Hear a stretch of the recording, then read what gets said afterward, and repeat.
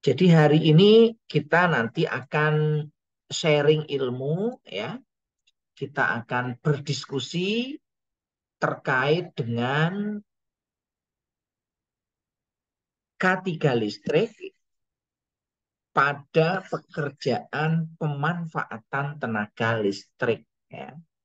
Nah, di awal kita sudah membahas tentang K3 pada pekerjaan pembangkit tenaga listrik yang meliputi perencanaan, pemasangan, pemeriksaan dan pengujian, serta pemeliharaan.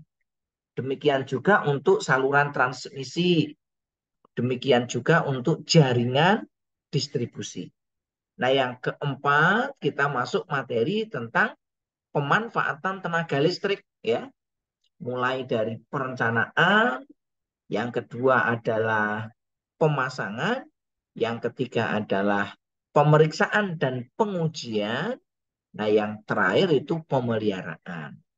Nah, nanti kita sharing ilmu terkait materi ini ya, supaya nanti pada saat sertifikasi ahli K3 listrik ya, baik itu nanti bentuknya ujian, baik ujian tulis, ujian wawancara, maupun presentasi ya, Bapak-bapak sekalian sudah mempunyai bekal ya.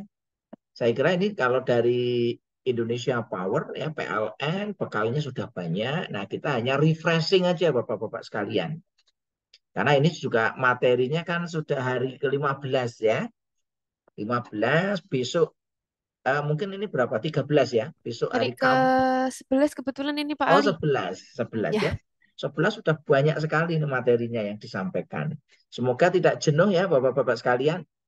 Dikasih materi tentang K3 terus ini ya.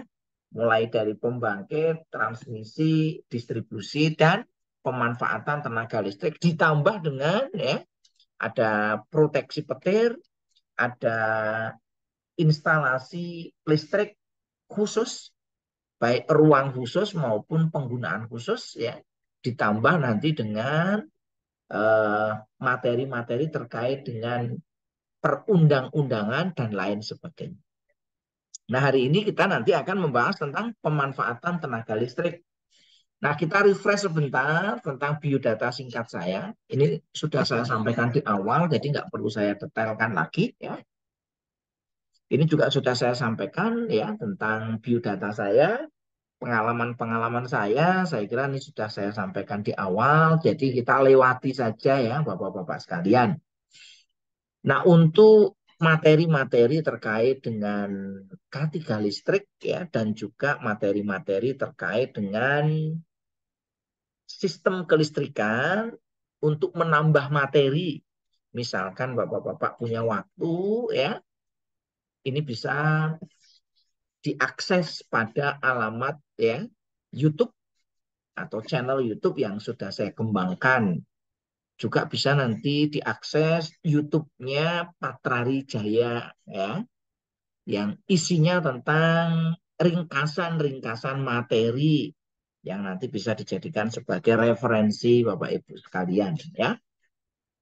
Oke, Bapak-bapak sekalian, kita lanjutkan. Ini mungkin yang terakhir kali mungkin ya pertemuan terkait dengan ini ya materi ini. Nah, tujuannya apa Bapak-bapak sekalian? Kita membahas materi tentang K3 listrik pada pemanfaatan tenaga listrik. Nah, tujuannya dapat saya jelaskan secara singkat ya. Mungkin Bapak-bapak sekalian ya, karena pekerjaan itu kadang rutin, ada pepatah mengatakan gajah di depan mata itu nggak kelihatan. Gajah di pelupuk mata nggak kelihatan. Tapi semut di seberang lautan kelihatan. Nah, kadang-kadang kita itu ada risiko bahaya di tempat kerja kita itu tidak menyadari. Nah, melalui kegiatan sharing, melalui kegiatan pelatihan, melalui kegiatan pembekalan dan sertifikasi, harapannya nanti kita bisa mengidentifikasi risiko-risiko bahaya yang ada di tempat kerja. Nah, saya gambarkan mungkin gambarannya seperti ini ya. Karena kita sudah terbiasa menganggap sesuatu yang berbahaya itu karena sering kita lakukan menjadi hal yang biasa. Karena hal yang biasa ini bisa berpotensi menghasilkan ya sebuah kecelakaan kerja. Nah, harapannya setelah melakukan kajian bersama, kita nanti menjadi lebih waspada. Kita menjadi lebih wisdom ya terkait dengan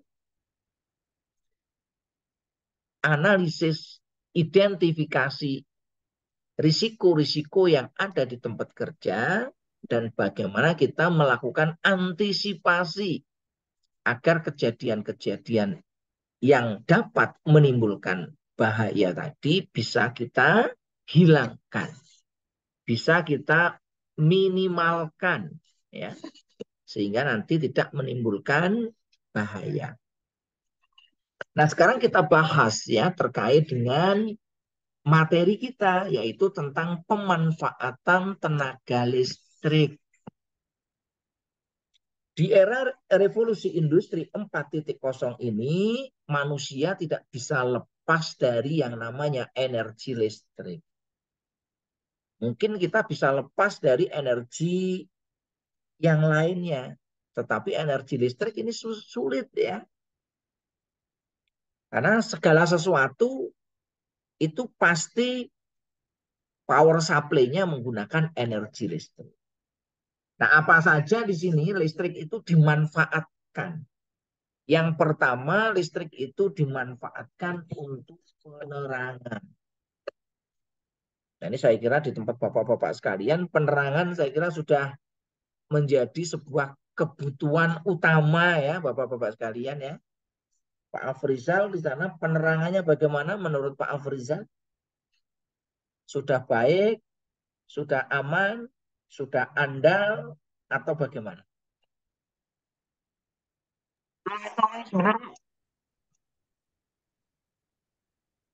Untuk instalasi listrik penerangan ya.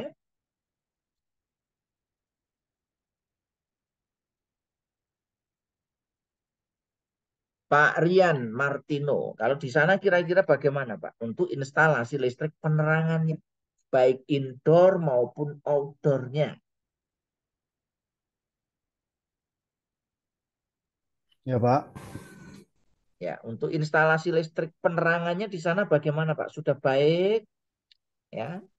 Untuk yang indoor maupun outdoor, menurut Bapak sudah safety atau belum? untuk penerangan Pak. Ya, Kalau menurut saya sudah Pak. sudah ya. Pak, Nah, ini untuk kita nanti analisis ya. Apakah instalasi listrik terkait dengan penerangan ya itu sudah safety atau belum? Nah, nanti kita evaluasi bersama ya. Yang kedua adalah instalasi stop kontak. Apakah instalasi stop kontak yang ada di tempat kerja itu sudah baik atau belum? Gimana Pak Gale? Apakah instalasi stop kontaknya sudah baik menurut Pak Gale ini? Kalau di kami sudah, Pak. Sudah ya. Baik yang satu fase maupun yang tiga fase Pak ya. Iya, Pak. Ini nanti harus kita tetap ya. Sudah baik, nanti tetap kita pertahankan ya. Kita maintain agar tetap dalam kondisi yang baik. Yang ketiga, instalasi untuk motor listrik. Pak Bagus, kira-kira gimana ini Pak untuk instalasi motor listriknya? Apakah dalam kondisi yang baik atau tidak? Apakah ada instalasi motor listrik atau tidak ini ya? Karena kalau di PLN ya jarang instalasi motor listrik paling untuk pompa saja. Tapi kalau di Indonesia Power ya motor listrik banyak ya. Gimana kira-kira Pak Bagus?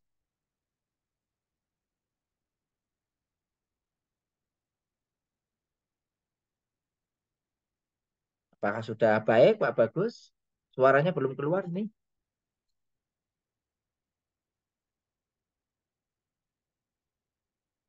Belum Suaranya keluar suaranya Pak Bagus.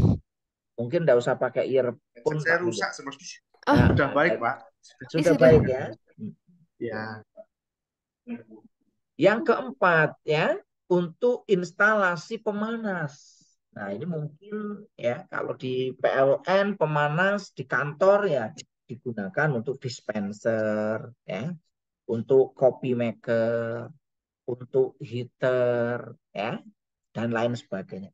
Apakah sudah baik atau belum instalasi listriknya untuk pemanas air? Ini kadang-kadang banyak kecelakaan kerja, kecelakaan orang menggunakan pemanas air yang sumbernya dari listrik. Ya, Pak Ananta Sitepu, apakah sudah baik untuk pemanas?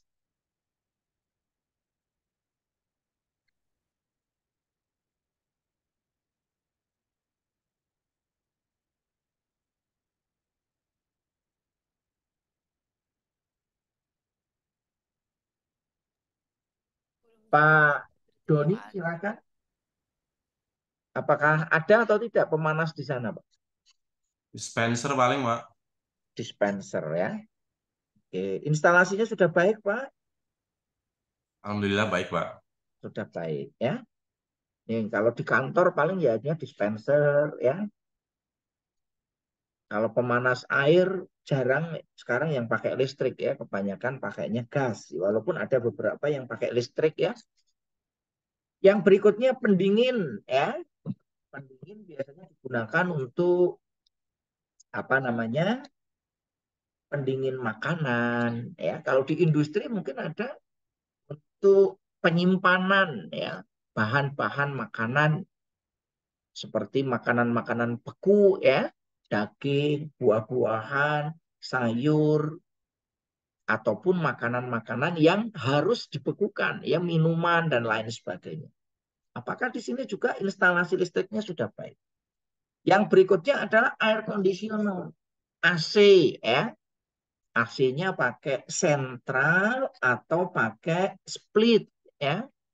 Apakah instalasi listriknya sudah safety atau belum? Berikutnya mesin las juga ada.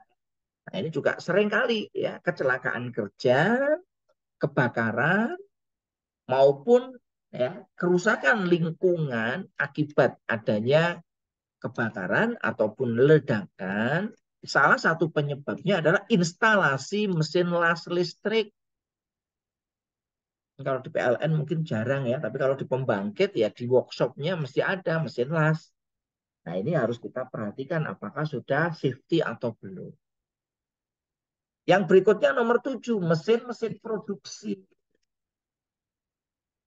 Kalau di PLN kantornya ya mungkin peralatan produksinya nggak ada. Karena PLN jasa ya Bapak ya. Tapi kalau di pembangkit mesin-mesin produksi banyak.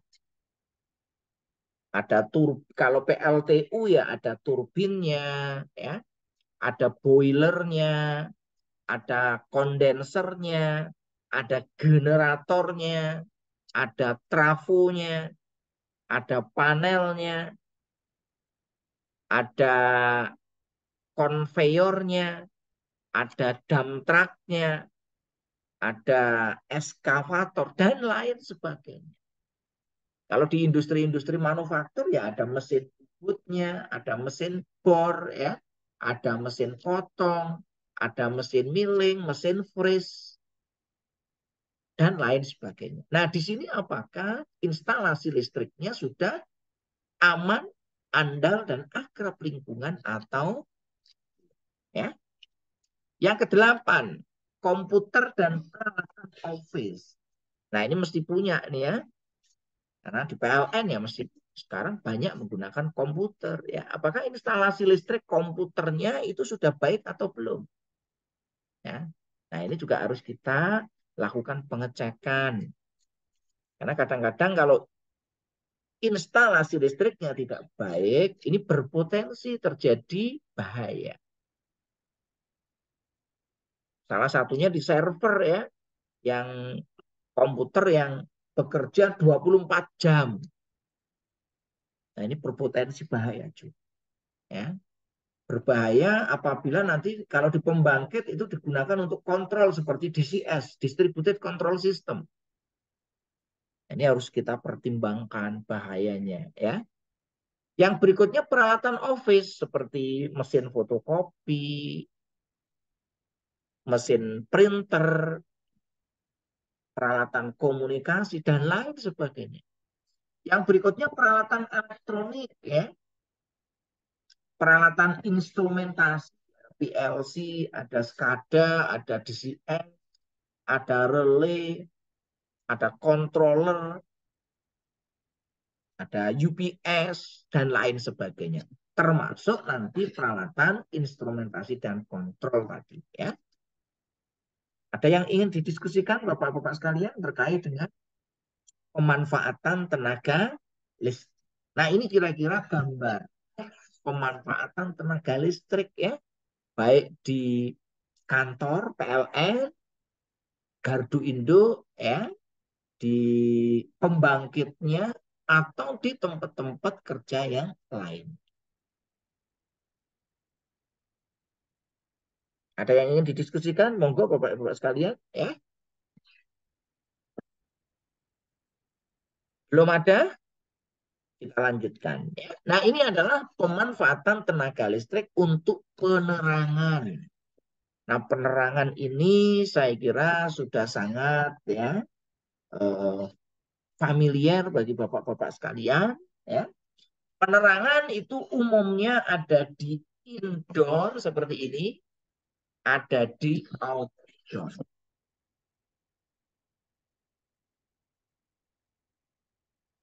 Nah, instalasi penerangan ya membutuhkan peralatan-peralatan ya. Yang utama ya lampunya. Yang kedua ya kabelnya. Yang ketiga adalah peralatan kontrolnya atau saklarnya. Yang keempat peralatan untuk proteksinya ya. Circuit breaker. Yang berikutnya untuk pelindung mekanik kabelnya berupa pipa. Yang berikutnya untuk penataan layout marshaling kabel. Bisa dengan menggunakan pipa maupun kabel tray ya.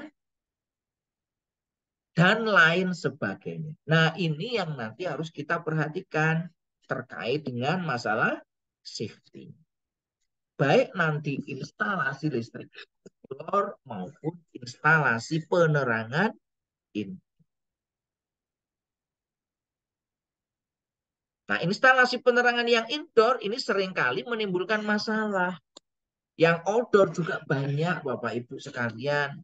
Kasus orang meninggal karena kesetrum instalasi listrik penerangan ini banyak terjadi.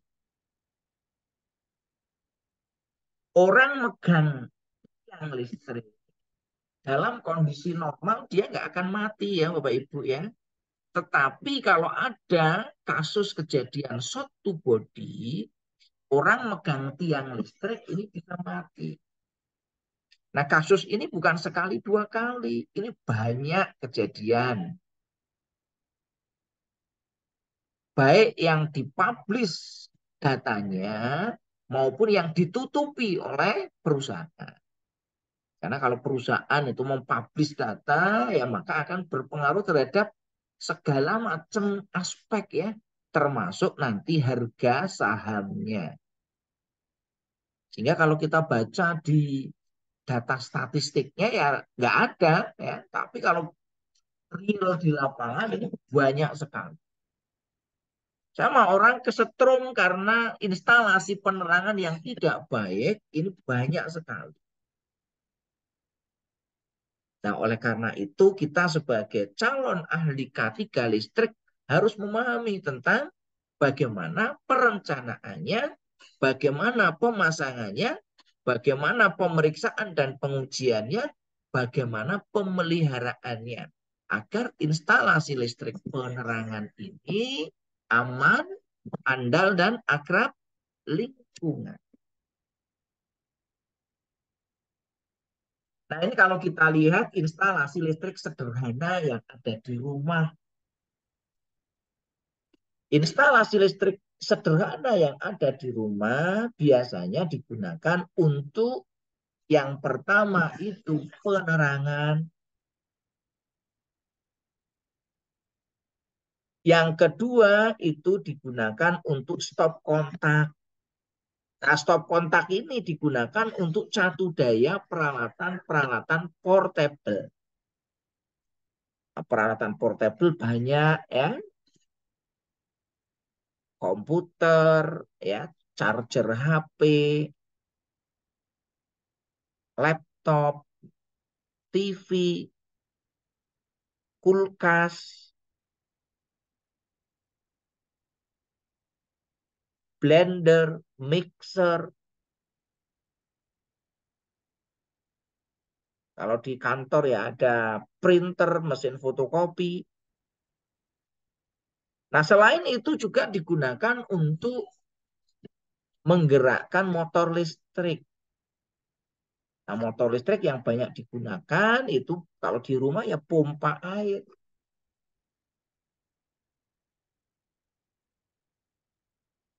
Yang kedua, kipas angin ya. Yang ketiga, air conditioner ya, kompresor untuk AC. Yang keempat, mungkin pompa akuarium kalau ada yang punya pompa akuarium gitu ya.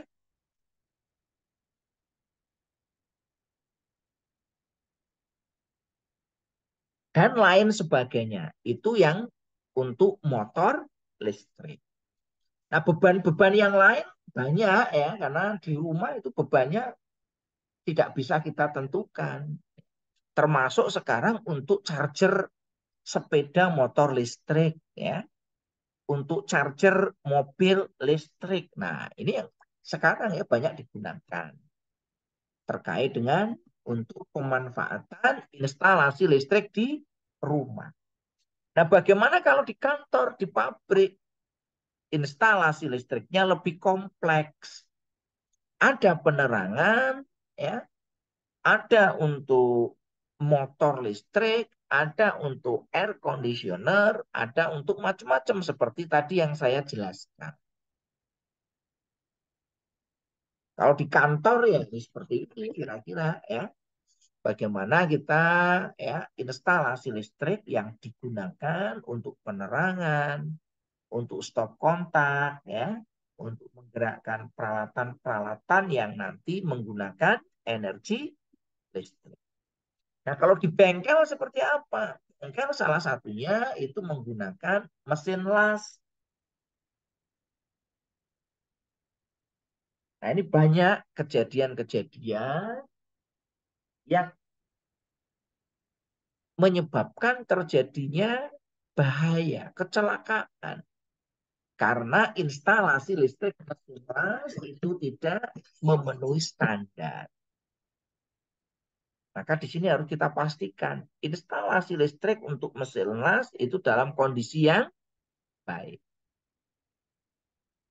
Nah, instalasi listrik yang baik yang seperti apa ya? Kita harus bisa menjamin keamanan. Kita harus hitung mesin lasnya ini wattnya berapa.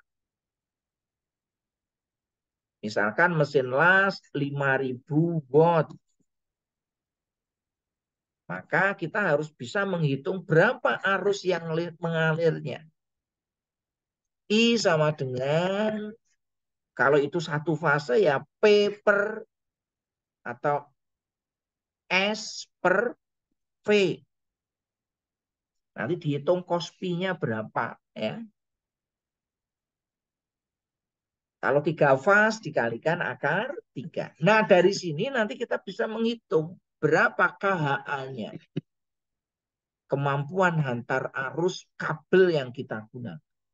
Sehingga nanti kita bisa tentukan berapa ukuran minimal penghantarnya. Jangan sampai bebannya 5.000 watt ya, kabelnya terlalu kecil. Sehingga ini bisa menimbulkan bahaya. Yang berikutnya stop kontaknya juga harus diukur. Jangan sampai nanti stop kontaknya kemampuannya kurang dari arus yang akan melewati ke beban. Nah, ini yang sering terjadi bahaya. Karena yang namanya mesin peralatan-peralatan kadang-kadang sifatnya portable. Orang tidak mempertimbangkan apakah stop kontaknya itu kuat atau tidak. Apakah kabelnya itu kuat atau tidak. Begitu kita menggunakan peralatan yang dayanya melebihi dari kemampuan stop kontak, maka stop kontaknya ini bisa terbakar. Kalau stop kontaknya terbakar, instalasi listriknya di situ dari kayu atau bahan-bahan yang mudah terbakar, ini bisa menimbulkan kebakaran. Nah, hal-hal seperti ini yang nanti harus kita perhatikan. Nah, berikutnya adalah pemanfaatan tenaga listrik untuk menggerakkan motor-motor listrik. Ya. Nah, ini motor yang ada di ya, industri, bengkel, ataupun di rumah. Kalau di pembangkit tenaga listrik ya motornya digunakan untuk apa? Maka di sini ini seringkali terjadi kecelakaan kerja. Karena motor listrik itu adalah peralatan rotating. Peralatan yang berputar. Ada banyak risiko bahaya. Sehingga kita sebagai calon ahli K3 listrik ya, kita harus bisa memastikan instalasi motor listrik kita itu aman, andal, dan akrab lingkungan. Ini terkait dengan motor listrik. Ya. Nah, nanti kita akan bahas secara detail. Ada yang ingin ditanyakan? Silakan. Sudah jelas semuanya?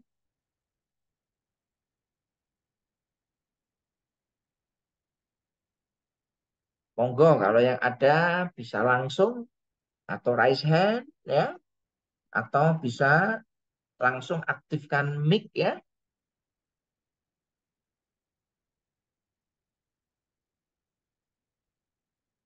Nah, ini contoh pemanfaatan motor listrik sebagai penggerak peralatan-peralatan yang ada di industri ya.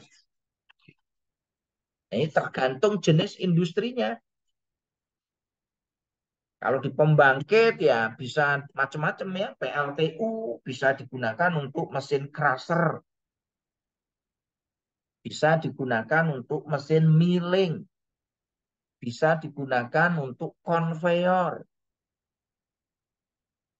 pompa, blower, fan, kompresor, ya, dan lain sebagainya. Nah, ini yang apa namanya perlu kita perhatikan. Apakah instalasi listrik pada motor listrik itu sudah aman atau belum? Terutama nanti motor-motor yang berdaya besar.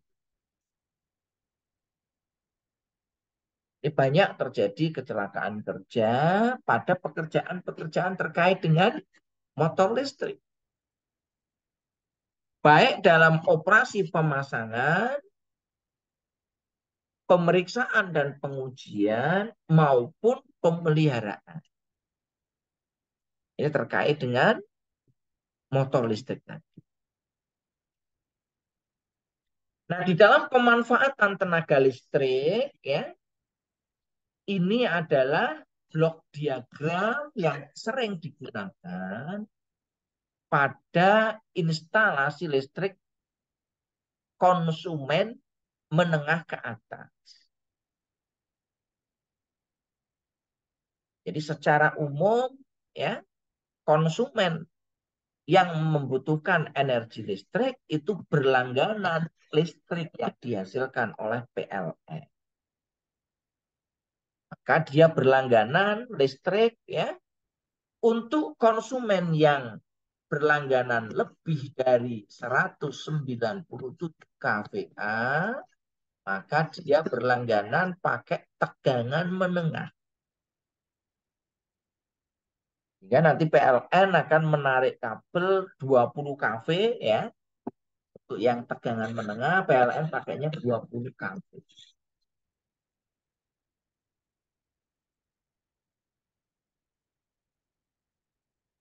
Narik kabel baik dari bawah tanah maupun udara, baik menggunakan kabel tray maupun menggunakan udara ya, atau pakai bawah tanah.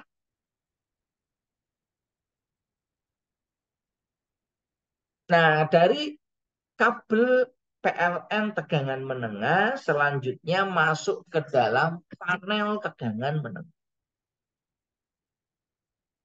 Nah, panel tegangan menengah masuk di incoming, nanti ada proses metering sama proteksi. Setelah itu nanti masuk ke outgoing. Nah, outgoingnya dari panel masuk ke trafo. Karena tegangannya masih menengah, 20 kV.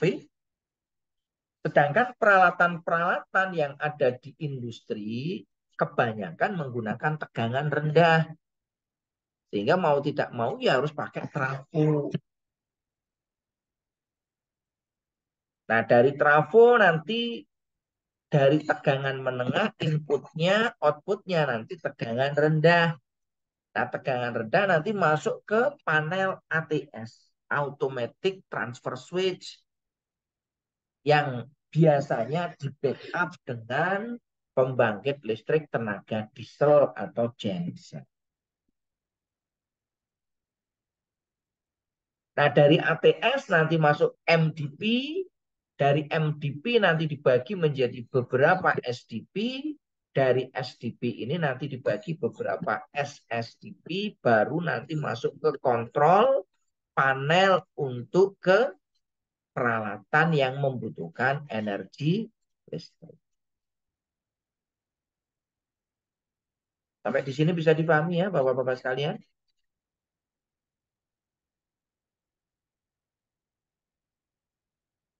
Nah, kalau di pembangkit tenaga listrik mungkin agak berbeda ya.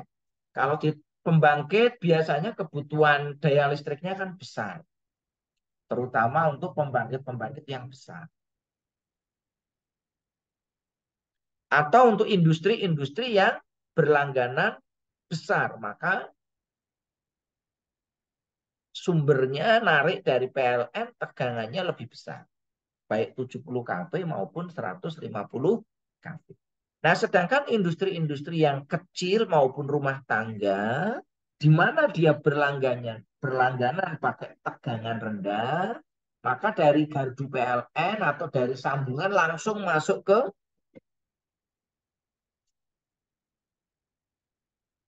ATS. Jadi tidak perlu pakai trafo kalau kurang dari 197 kan.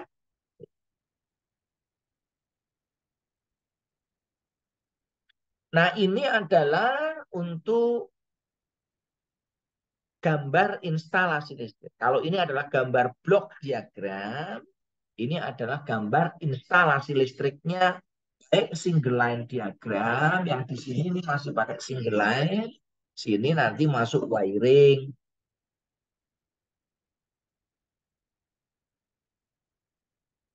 Ini dari panel tegangan menengah, ini ada panel incoming, ini ada panel metering, ini ada panel outgoing. Jadi dari PLN masuk ke incoming, dari incoming nanti masuk ke metering, dari metering dikeluarkan pada panel outgoing. Nah, keluaran dari outgoing ini berupa kabel, nanti masuk ke trafo. Nah, masuk ke trafo nanti lewat basing trafo. Basing trafo yang tegangan tinggi, keluarannya nanti tegangan rendah, nanti masuk ke ATS. Dari ATS nanti masuk ke LVMDP di backup dengan genset melalui panel kontrol genset. Nah, dari LVMDP dibagi menjadi SDP. Dari SDP nanti dibagi menjadi SSDP sesuai kebutuhannya. Nah, nanti di sini masing-masing fase dihitung agar bebannya seimbang.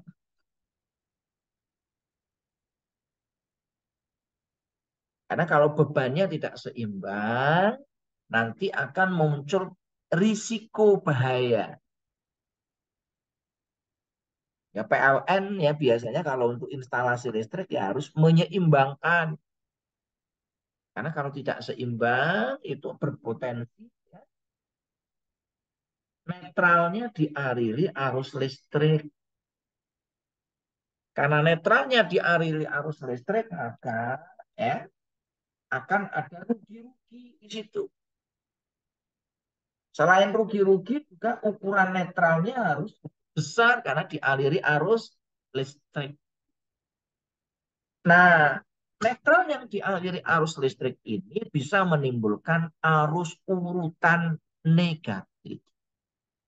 Nah, arus urutan negatif ini bisa merusak trafo, generator, motor, ya, dan lain sebagainya. Nah, sehingga di sini harus kita perhatikan terkait dengan instalasi listriknya harus kita desain seimbang ya, seperti yang sudah kita jelaskan di awal.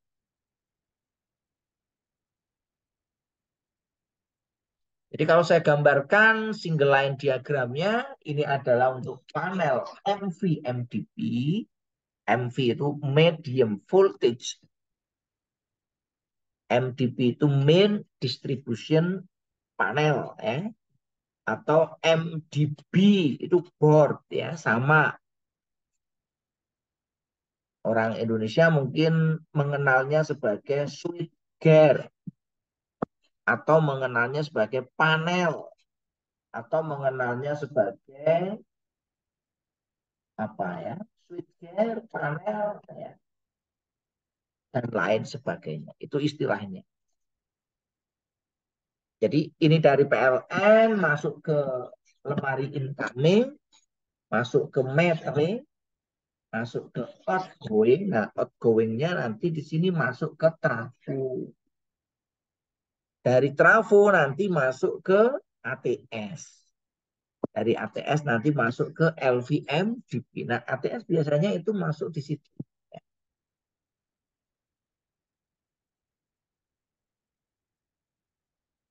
Nah, di sini untuk incoming-nya nanti ada incoming PLN, incoming genset 1, incoming genset 2, tergantung dari engineer-nya dalam mendesain.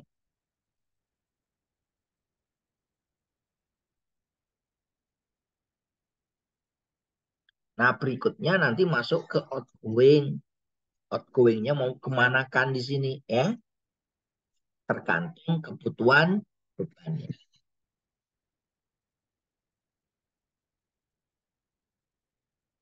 Ada yang ingin disampaikan? Silakan, Bapak-bapak sekalian. Pak Bagus, ada yang mau disampaikan?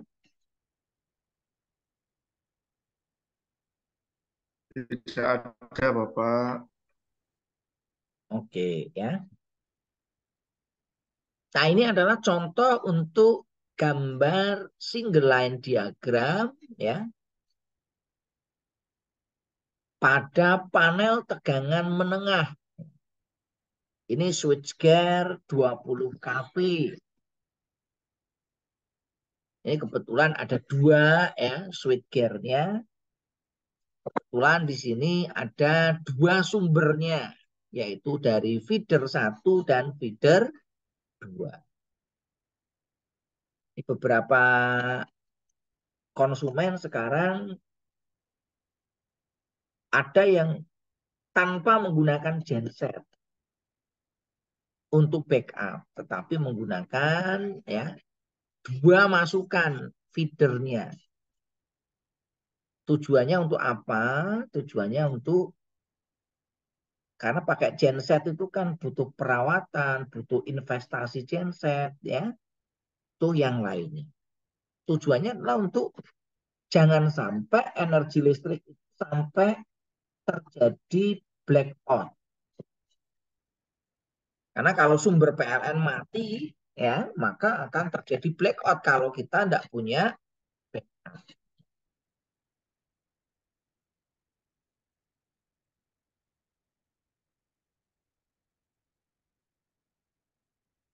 Nah, perusahaan-perusahaan kalau terjadi blackout akan mengalami kerugian. Karena listrik itu sekarang menjadi energi yang paling vital, ya. Semua digerakkan listrik, termasuk PLN sendiri. Kalau PLN-nya mati, ya nggak bisa kerja, ya.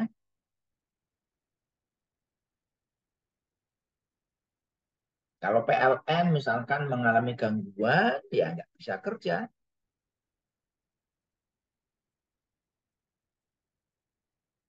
Maka ya harus diperhatikan terkait dengan backup.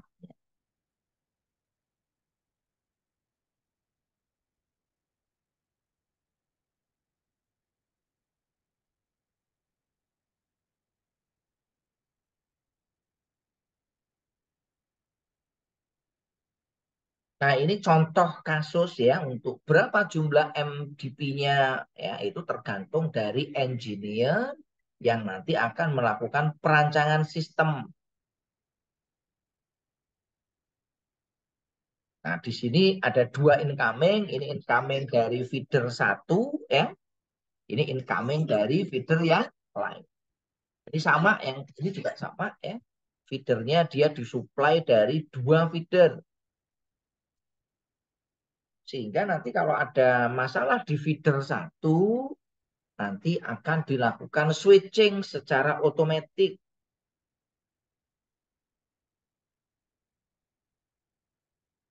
Nah, biasanya ya jarang PLN mengalami gangguan pada 2 feeder. Apalagi kalau feedernya berbeda sumber ya.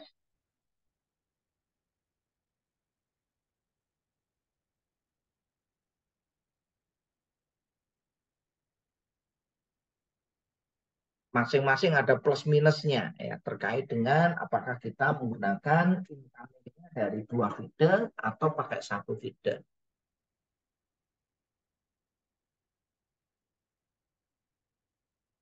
Nah, ini adalah gambar untuk panel tegangan menengahnya. Ini saya kira Bapak-Bapak sekalian sudah sangat familiar ya terkait dengan panel tegangan menengah ya.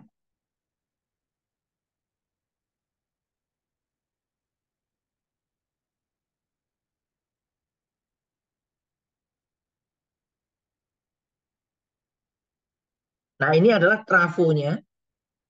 Karena kebanyakan peralatan listrik itu menggunakan tegangan rendah. Yang pakai tegangan menengah itu biasanya ya di pembangkit berupa motor-motor besar. Dan itu jumlahnya tidak terlalu banyak ya. Kalau di PLTU mungkin untuk apa namanya, pompa pendingin ya. Pompa pendingin biasanya pakai tegangan menengah. Pompa pendingin juga biasanya nggak terlalu banyak ya, paling 1-2 lah ya. Untuk mesin-mesin ya biasanya pompa-pompa atau untuk fan atau untuk blower ya, itu biasanya menggunakan mesin-mesin yang berukuran besar. Nah, untuk motor yang berukuran besar biasanya menggunakan catu daya tegangan menengah. Karena kalau pakai catu daya tegangan rendah, arusnya tinggi. Kalau arusnya tinggi, rugi-ruginya besar. Sehingga peralatan motor listrik yang berdaya besar itu kebanyakan pakai tegangan menengah. Supaya apa? Karena tegangannya menengah, tegangan 20 kV, maka arusnya lebih kecil. Cuma masalahnya adalah isolasinya. Ya, nanti yang harus diperhatikan. Jadi plus minusnya di situ. Nah, untuk peralatan listrik yang berdaya rendah, biasanya menggunakan tegangan rendah. Kalau di standarnya PLN kan 380 ya. untuk 3 fase, 220 untuk yang 1 fase.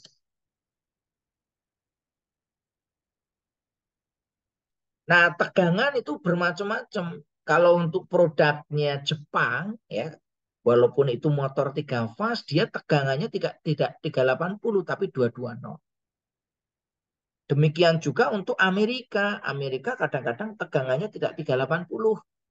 Kadang 415, kadang 480, kadang 600, bahkan kadang-kadang 900 dan lain sebagainya. Maka di sini ya trafonya menyesuaikan.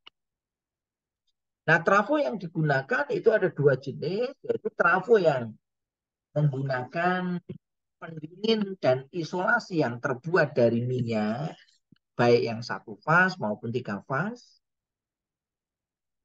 Yang kedua adalah trafo yang tidak menggunakan minyak atau dikenal dengan istilah trafo kering atau dikenal sebagai dry type transformer. Tapi yang paling banyak ya itu yang digunakan adalah trafo berpendingin dan berisolasi menggunakan oli. Apalagi PLN, Pak ya. PLN ada yang menggunakan trafo kering enggak, Pak, ini, Pak? Pak Rian. Apakah untuk di jaringan distribusi ya itu ada nggak yang gunakan trafo kering, Pak? Kebanyakannya basah, Pak. Ya, kebanyakan basah ya. Kebanyakan menggunakan basah. Apalagi yang pemasangannya itu outdoor ya. Outdoor pakai basah. Kalau indoor bisa basah, bisa kering ya. Ya, kelebihannya banyak yang kering sebenarnya. Cuma kelemahannya harganya masih mahal ya. Nah, ini yang harus dipertimbangkan terkait dengan harga ini tadi. Nah, terkait dengan trafo, salah satu aspek yang perlu dipertimbangkan yaitu yang namanya nameplate ya. Nah, sebagai calon ahli K3 listrik ya, Bapak-bapak sekalian mestinya harus bisa membaca data nameplate. Termasuk nanti pada waktu praktik lapangan ya, Bapak-bapak sekalian. Nanti akan diminta untuk mencari nameplate dari trafo ya. Termasuk nanti Bapak-bapak diminta untuk presentasi ya terkait dengan nameplate trafo. Nah, nameplate trafo datanya apa saja? Ada banyak data yang muncul di trafo. Yang pertama apa? Yang pertama fasenya ini muncul ya. Yang kedua adalah frekuensinya berapa. Karena di dunia ini ada beberapa frekuensi. Kalau di Indonesia pakai 50 Hz, kalau di Amerika dan sekutunya itu menggunakan 60 Hz. Jadi frekuensi yang umum digunakan itu 50 dan 60 ya. Yang berikutnya ada KVA atau kapasitas dayanya. Di sini 4.500.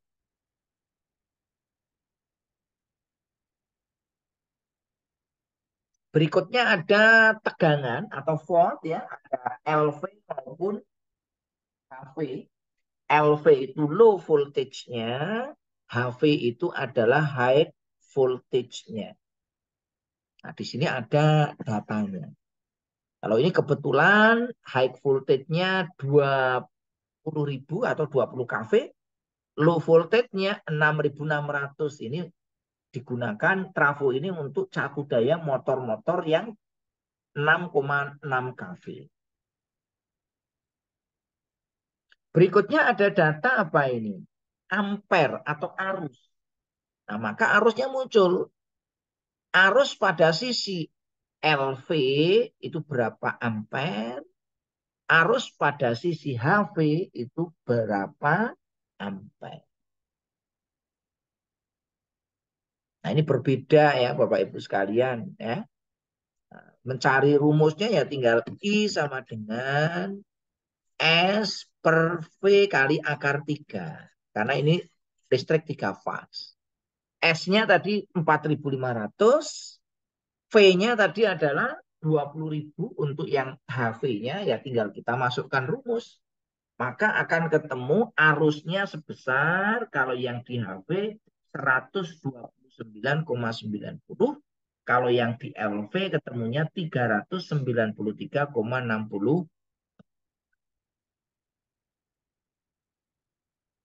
Nah, yang berikutnya adalah data terkait dengan impedansi trafo. Nah, ini di sini diketahui impedansinya 7,5.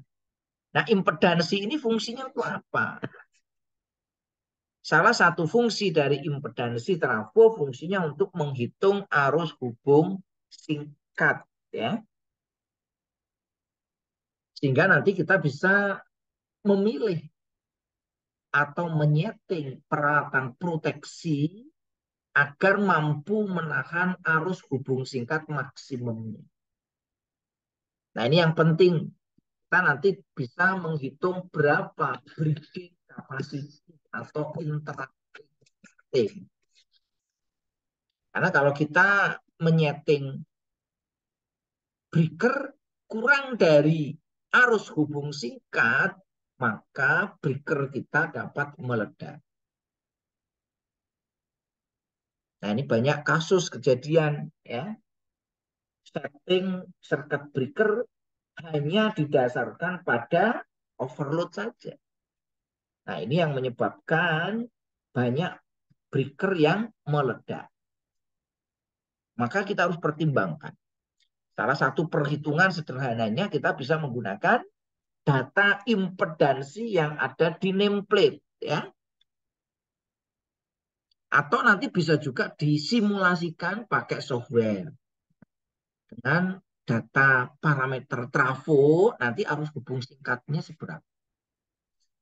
Nah, yang berikutnya adalah kelas isolasi. Nah, ini penting kelas isolasi terkait nanti dengan proteksi temperatur Bapak Ibu ya. Kalau kelas A itu dia mampu menahan suhu sampai berapa Pak Bagus?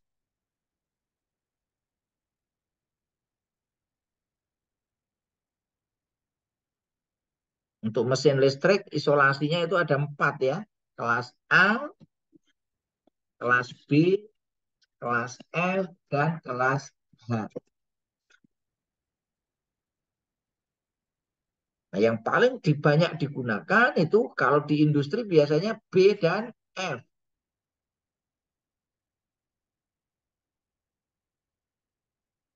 Kalau trafo mungkin ada A juga, A, B, dan F. Karena kalau yang H itu sangat mahal harganya. Kalau di generator yang paling banyak digunakan kelas F. Ya. Kalau di motor ya kelas B. Ya. Nah, ini nanti digunakan untuk setting dari pendinginnya. Ya. Karena nanti pendingin trafo itu ada ini Bapak Ibu ya. Type of cooling. Ada Onan. Pak Afrizal. Apa yang dimaksud dengan Onan ini Pak?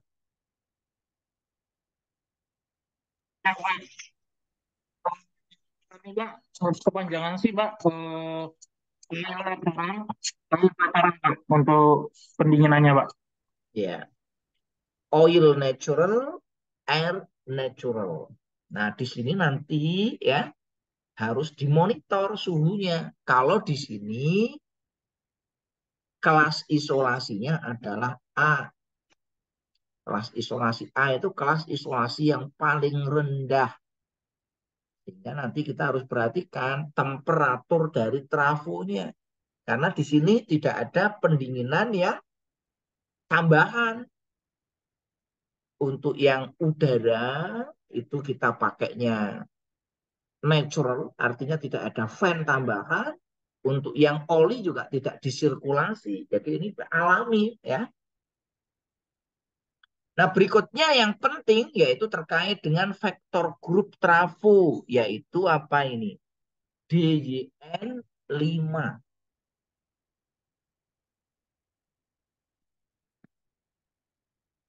Ya, DYN 5. Ini artinya apa ya? Kalau sisi DYN 5 berarti HV-nya dihubung delta. LV-nya dihubung bintang dengan netralnya di grounding dan sudut fase antara HV dan LV berbeda fase sebesar berapa Pak Rian? DYN 5. Beda fasenya berapa?